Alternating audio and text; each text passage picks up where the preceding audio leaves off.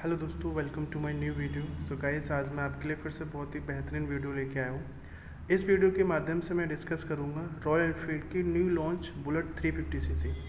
क्या क्या अपडेशन के साथ लॉन्च हुई है, क्या क्या न्यू फीचर्स हैं, प्रीवियस जनरेशन से किस प्रकार से बेटर है, वो सारा की सारा मैं इस वीडियो के माध्यम से कवर करने वाला हूँ। सो दोस्तों, आपसे रिक्वेस्ट है कि वीडियो एंड तक देखें और अगर वीडियो अच्छा लगे तो चैनल को सब्सक्राइब करना ना भूलें। सो दोस्तों, चलते हैं अपने वीडियो की ओर।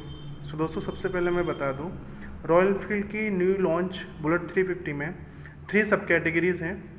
टोटल कलर की बात करूं, टोटल 5 कलर्स आते हैं। आज मैं इस वीडियो के माध्यम से आपको रॉयल एनफील्ड बुलेट 350 सीसी के कॉमन फीचर्स बताने वाला हूं।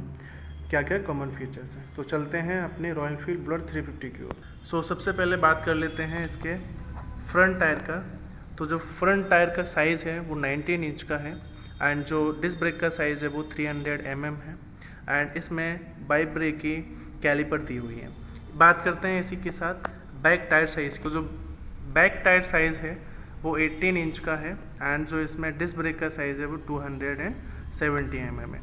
सिमिलर इसमें भी आपका बाई ब्रेक का कैलिपर मिल जाता है। बात करते हैं इसके इंजन के बारे में।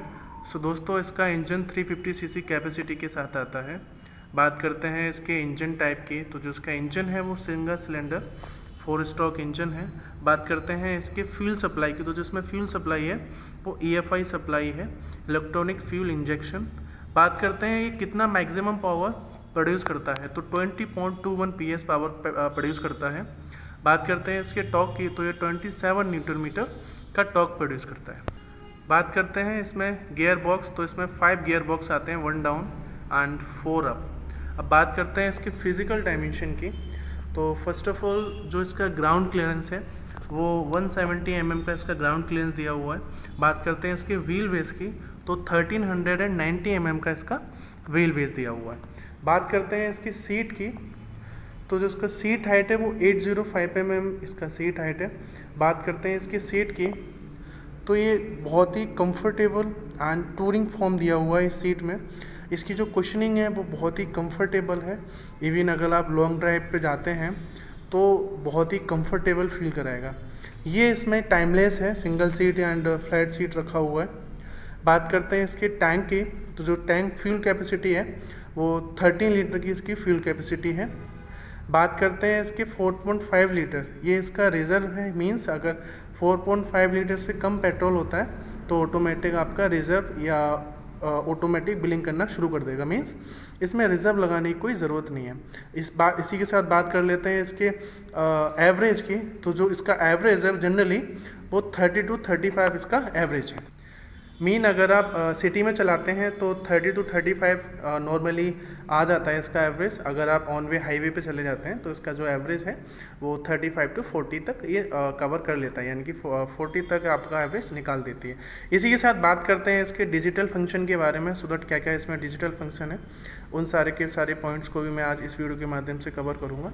सो दोस्तों, चलते हैं अपने सबसे पहले मैं आपको बता दूँ इसका जो सेल्फ का बटन है। तो ये जो इसका सेल्फ का बटन है, इसी में ये डीएक्टिवेशन मोड है, ये एक्टिवेशन मोड है और सेल्फ है।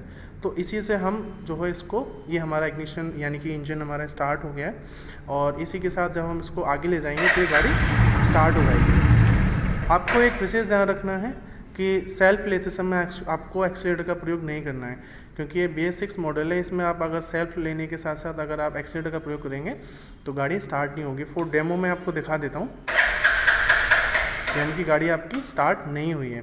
बात करते हैं इसी के साथ साथ इसी में जो है आपको हज़ार्ड लाइट का भी ऑप्शन दिया हुआ है, जो कि यहाँ पे सिंबल भी ऑन हो गया और जैसे कि मैं आपको दिखा पाऊँगा इसमें ये हज़ार्ड लाइट का ऑप्शन, यानी कि चारों इंडिकेटर आपके एक साथ जल जाते हैं। तो ये सारा के सारा इसमें ये एक एडिशनल ऑप्शन आया हुआ है। इसी के साथ बात कर लेते हैं इसके साइड बटन की।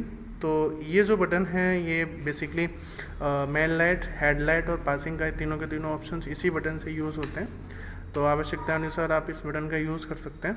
बात करते हैं इसी की। तो ये लेफ़्ट इंडिकेटर देखिए ऑन हो गया एंड ये राइट इंडिकेटर ऑन हो गया।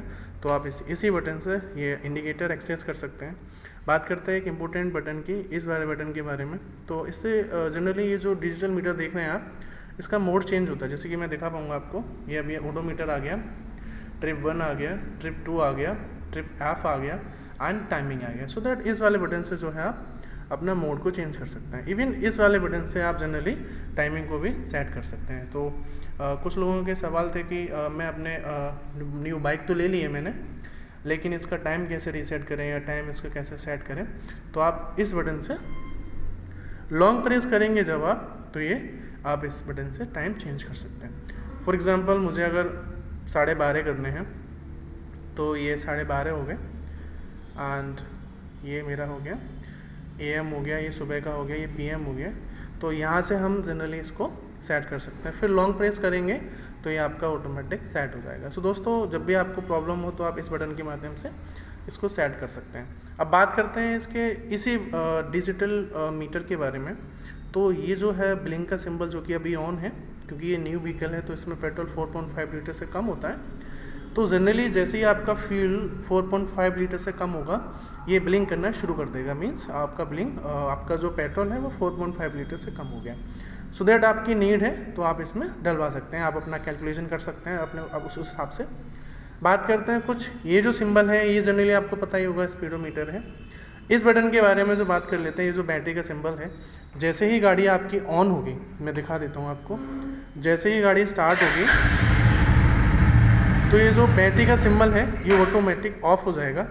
मीन्स आपकी बैटरी में कोई प्रॉब्लम नहीं है। और यदि ऐसा ये स्टार्ट होने के बाद जल रहा है, मीन्स आपकी बैटरी में कोई प्रॉब्लम है। सेम आपका ये जो फ्यूल सिंबल है 4.5 लीटर से जैसे पेट्रोल कम होगा आपके टैंक में तो ये ब्लिंक करना शुरू कर देगा।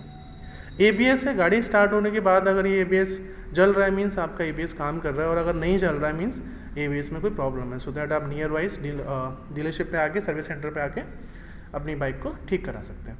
एक इम्पोर्टेंट और सिंबल है, उसके बारे में बता देता हूँ। ये जो सिंबल है ये आपका इंजन, बता दूँ, जैसे ही आप गाड़ी स्टार्ट करेंगे तो ये जो सिंबल है ये ऑटोमेटिक बंद हो जाएगा।